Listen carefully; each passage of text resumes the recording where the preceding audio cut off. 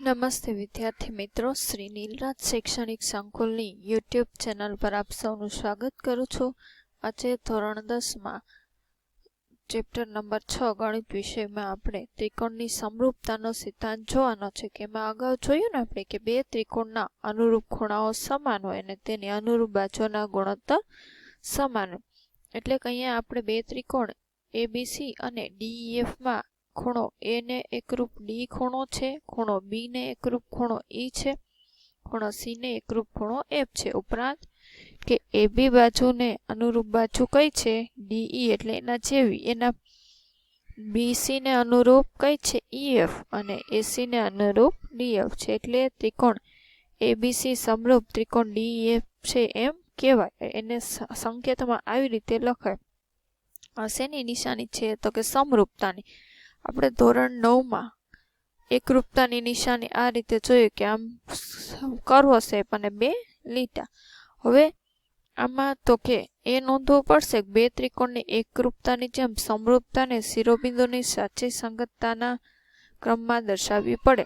કે આપણે ABC DF માટે એબીસી ઈડીએફ કે એબીસી ઈએફ ડી લખી શકતા નથી. જેમ છતાં આપણે શું કીધું? બી એ સી અને ઈડીએફ લખી શકીએ. એટલે કે જો બે ત્રિકોણની જોડ તમને આપી હોય કે આમ એકરૂપ છે એ બી અને સી અને ડી ઈ એફ, તો અહીંયા આ 1 નંબરનો ખૂણો, આ 2 અને આ 3, અને અહીંયા 1, 2 અને 3 હોય તો એને એકરૂપ કયો થશે? ઈ. બી ને એકરૂપ કયો થશે? એફ, અને સી ને એકરૂપ કયો થશે? ડી. એટલે આપણે સંગતતાની શરત આવી રીતે લખી શકીએ કે એબીસી સમરૂપ ઈ પછી એફ અને ડી, આમ ક્રમમાં. કે આ ખૂણો તો એને જેવો આ ખૂણો બે એકરૂપ છે. ખૂણો બી તો બીજા ક્રમે અહીંયા કયો આવે છે? એફ, અને સી 3 નંબરના બે છે તો આવી રીતે આપણે લખીએ. હવે સ્વાભાવિક રીતે એક પ્રશ્ન થાય કે બે સમરૂપ ત્રિકોણની ચકાસવા કહો કે એબીસી અને ડીઈએફ માટે તેમના બધા જ અનુરૂપ ખૂણાઓની સમાનતાનો સંબંધ એ બરાબર ડી, બી બરાબર ઈ અને ઈ બરાબર એફ, અને બધી જ અનુરૂપ બાજુઓની ગુણોત્તરની સંબંધતાનો સંબંધ એબી છેદમાં ડીઈ, બીસી છેદમાં ઈએફ અને એસી છેદમાં એફડી હંમેશા ચકાસવો જરૂરી છે. કે આ બધું ચકાસીએ તો જ ખબર પડે કે સમરૂપ છે કે નહીં. તો કે એના માટે આપણે એક અહીંયા પ્રવૃત્તિ આપી છે કે બે જુદી જુદી લંબાઈના રેખાખંડો બીસી અને ઈએફ અનુક્રમે 3 અને 5 સેમી લંબાઈના દોરો. ત્યારબાદ અનુક્રમે બિંદુ બી અને સી પર 60 અંશ અને 40 અંશ માપના ખૂણાઓ પીબીસી અને ક્યુસીબી રચો.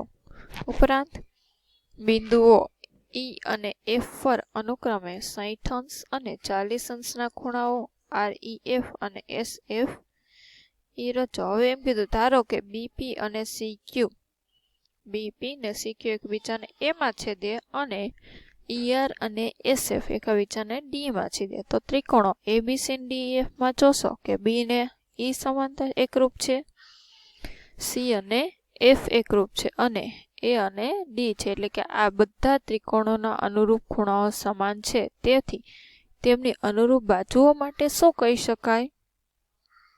અનુરૂપ બાજુ જો જે બીસી અને ઈએફ 3/5 0.6 છે. તો એમ કીધું એબીના છેદમાં ડીઈ, કે આ એબી ને અનુરૂપ બાજુ ડીઈ અને એસી ને અનુરૂપ ડીએફ વિશે શું કહી શકશો? તો કે આપણે તમે માપીને એની ચકાસણી કરશો તો એ પણ કેટલું થાય છે? 0.6.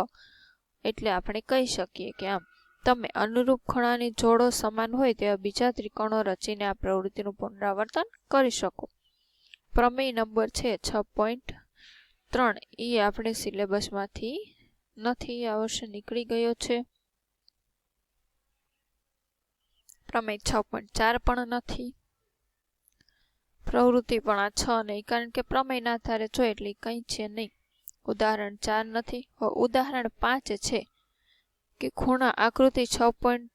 36નું નિરીક્ષણ કરો ને ખૂણો P શોધો આગળ આ A B અને C ત્રણેય અનુરૂપ છે હવે જોઈએ કે બાજુનો ગુણોત્તર AB અને આનો લીધો BC ને આનો અને AC અને PA નો બધાયનો ગુણોત્તર સમાન આવ્યો હવે AB અને C માં આપણને ખબર છે કે ત્રિકોણના ત્રણેય ખૂણાના માપનો સરવાળો કેટલો થાય 180 ABC ના બે ખૂણા ખબર છે તો ત્રીજો ખૂણો મળી જશે કે ખૂણો A પ્લસ ખૂણો B ખૂણો C કે 180 આ C ખૂણો બરાબર તો કે 180 માઇનસ 80 માઇનસ 60 અથવા તો માઇનસ 140 કરી નાખો ખૂણો C કેટલો મળ્યો 40 હવે આપણને ખ્યાલ છે ને કે ખૂણો C ને ખૂણો P કેવા થાય એ સમાન શું કામ કારણ કે સમરૂપ ત્રિકોણના અનુરૂપ ખૂણાઓ છે ખૂણો C જે મળે એ જ ખૂણો શું મળશે P એટલે ખૂણા P નું માપ કેટલું મળે છે તો કે 40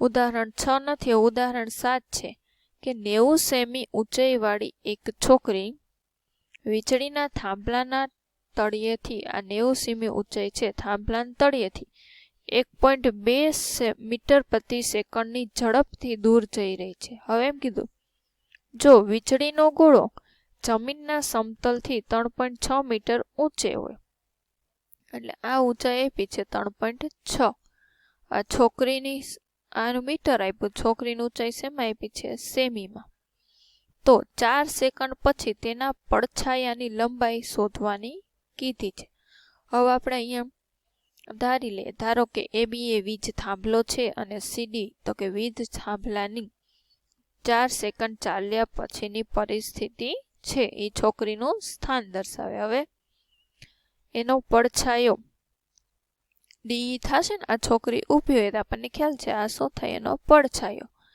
ધારો કે DE બરાબર x મીટર છે હવે અહીંયા ટાઈમ આપ્યો છે અહીં ઝડપ આપી હતી ને ઝડપથી દૂર જઈ રહી છે 1.2 મીટર પ્રતિ સેકન્ડ એટલે BD બરાબર શું થાય આપણે ઝડપનું સૂત્ર શું છે અંતરના છેદમાં સમય આ છે ને તો જો જે આપણને ઝડપ પણ આપી છે અને સમય આપ્યો છે કેટલું 4 સેકન્ડ તો તમને અંતર મળી જશે આ BD શું મળશે તો કે ઝડપ હતી 1.2 અંતર અને છેદમાં સમય 4 સેકન્ડ અહીંયા મીટર પ્રતિ સેકન્ડ જ આપ્યું એટલે 1.2 ગુણ્યા 4 એટલે 4.8 શું થશે મીટર આ BD અંતર પડછાયાની લંબાઈ એટલે x જ શોધવાનું આ કીધું ને હવે એમ કીધું કે ત્રિકોણ ABE અને CDE માં બે ત્રિકોણ બનશે ABE અને CDE સમરૂપ થશે કારણ કે જો અહીંયા કાટખૂણો છે બે કાટકોણ ત્રિકોણ જ છે કયા ખૂણા સમાન છે તો ખૂણો B ને ખૂણો D પછી ખૂણો E તો બેમાં એક જ છે અને ખૂણો A ને ખૂણો C સમાન છે હવે આપણે શોધવાનું જ શું તો કે x એટલે સમરૂપતાની શરત આપણને આ માપ ખબર છે આ ખબર છે આના છેદમાં આ હવે જો આ મીટરમાં બધું આપ્યું છે ને અને પેલું શું આપ્યું છે તો કે અહીંયા સેમીમાં એટલે આ છોકરીની લંબાઈ સેમી છે એને આપણે મીટરમાં ફેરવશું જો અહીંયા આપ્યું છે એટલે 90 છેદમાં 100 સમરૂપતાની શરત પ્રમાણે કે AB ના છેદમાં CD અને BD ના છેદમાં ED આ બે લાઈને લીધું જ કરતા કરી નાખાય ડાયરેક્ટ એટલે BE નું માપ કેટલું છે